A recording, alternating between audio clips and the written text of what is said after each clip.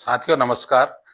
उनकी बात में आज चर्चा करेंगे भारत और नेपाल के बीच सीमा विवादों में मुख्य दो विवाद में से एक लिपुलेख काला पानी लिम्पियाधुरा सीमा क्षेत्र विवाद, जो कि हाल में चर्चा में आया है।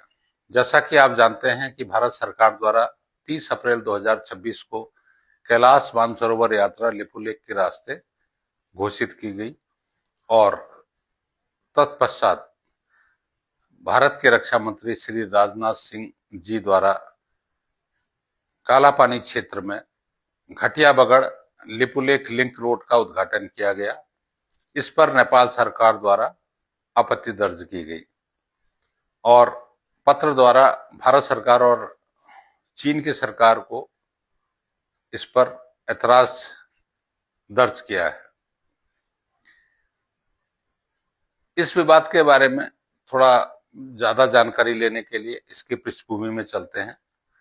जैसा कि आपको पता है कि ब्रिटिश राज के समय अंग्रेजों और नेपाल के बीच 1814 से 1816 के बीच में जो युद्ध हुआ था, उसमें नेपाल की हार के बाद सुगौली नामक स्थान पर एक संधि की गई, जिसको कि हम सुगौली संधि के नाम से जानते हैं। इसी सुगौली संधि के अंतर्गत नेपाल राष्ट्र की पूर्व और पश्चिम में सीमाएं निर्धारित करने के लिए दो बड़ी नदियों का सहारा लिया गया। पूर्व में यह नदी मेचरी नदी है, जो कि भारत के सिक्किम और दार्जिलिंग जिले के पश्चिम में बहती है और नेपाल के पूर्व में बहती है। इसी तरह से नेपाल के पश्चिम में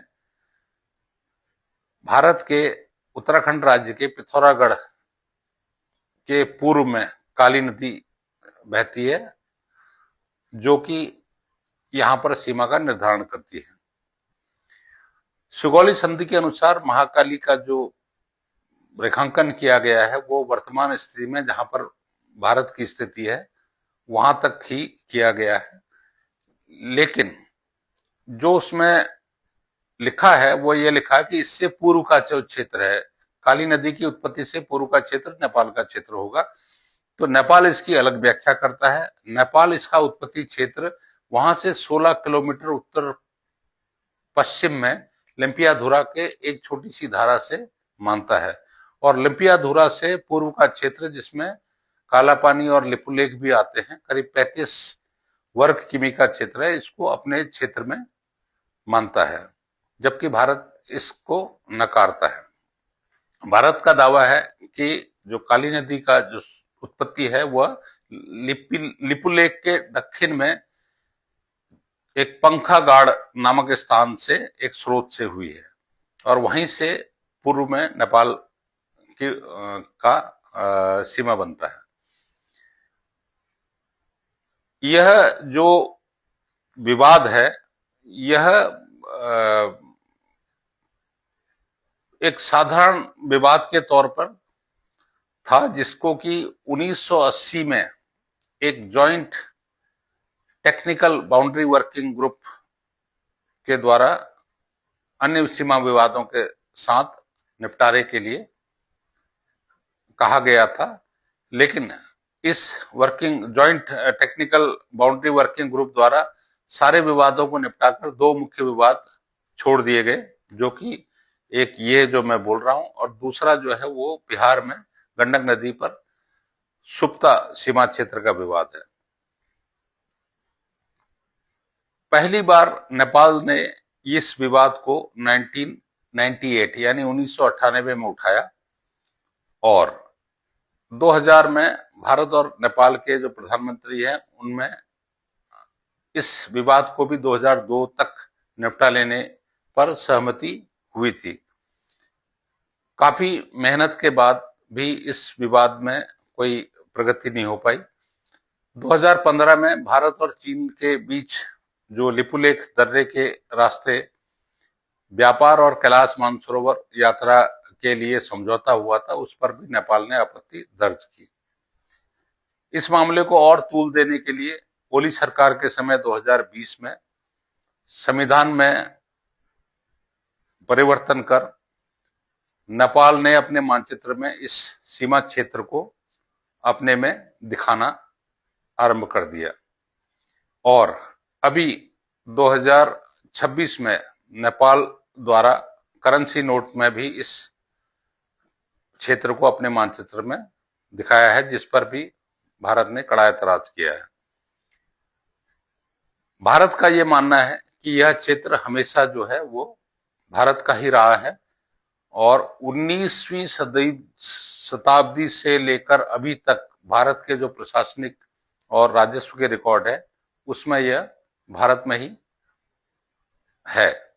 जबकि नेपाल यह दावा करता है कि उसके 1950 के नक्शे में यह क्षेत्र जो है वो नेपाल में दिखाया गया है और 1962 में भारत के प्रधानमंत्री जवाहरलाल नेहरू के अनुरोध पर नेपाल के महाराजा महेंद्र शाह द्वारा इसको अस्थायी तौर पर भारत की सेना की तैनाती के लिए उनको दिया गया था। लेकिन तब से भारत ने इस पर कब्जा कर रखा है, जिसे कि भारत नकारता है। अभी आप देख रहे हैं कि जिस प्रकार इस मसले को तूल दिया जा रहा है, क्योंकि जो लिपुलेख ट्राई जंक्शन है उस पर अगर नेपाल इस तरह से आपत्ति दर्ज करता है तो यह इलाका जो है वो और ज्यादा संवेदनशील हो जाता है। और हाल में ही नेपाल का ओली सरकार के बाद जो चाइना के प्रति झुकाव है उसको देखते हुए इस क्षेत्र की जो संवेदनशीलता है वो और बढ़ जाती है। साथ ही अभी जो नई सरकार नेपाल में चुनकर आई है उसमें भी अभी जैसे कि भारत के विदेश मंत्री का 11 मई का दौरा रद्द हो चुका है और जो नेपाल के मौजूदा प्रधानमंत्री हैं, जब वह काठमांडू के मेयर हैं तो उनका बृहत्तर नेपाल करके जो एक फोटो सोशल मीडिया में आया है तो उससे उनके मंसूबे कुछ अलग नजर आते हैं। तो भारत को इसको एक नए नजरिए से देखना होगा और साथ ही भारत और नेपाल की जो मित्रता है उसको भी एक महत्वपूर्ण स्थान पर रखना होगा। उचित ये होगा कि भारत और नेपाल इसको बातचीत के रास्ते हल करने की कोशिश करें। क्योंकि भारत के रिकॉर्ड मजबूत है तो भारत का दावा इस पर मजबूत रहेगा, ये मेरी उम्मीद है। आपको मेरा यह वीडियो इस जानकारी के लिए कैसा लगा, इस पर अपने लाइक, शेयर, कमेंट करके मुझे सहयोग देते रहेंगे। धन्यवाद।